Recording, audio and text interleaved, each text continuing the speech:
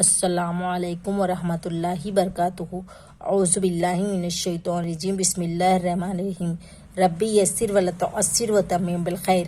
آج ہم پڑھیں گے موصوف اور صفت کے بارے میں۔ یہاں پہ مذکر جو ہے وہ آدمی کے لیے کہا جاتا ہے اور عورت کے لیے مؤنث کہا جاتا ہے۔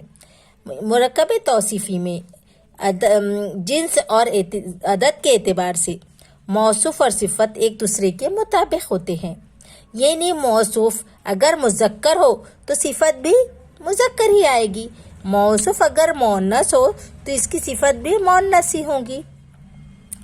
اگر موصوف میں الف لام ہے تو صفت میں بھی الف لام آئے گا۔ اردو ترجمے کرتے وقت الفاظ کی ترتیب بالکل الٹ ہوگی۔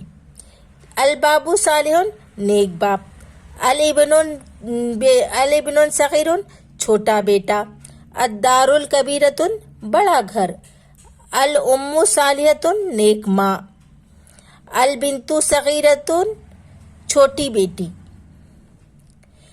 یومی معلوم مقرر دن۔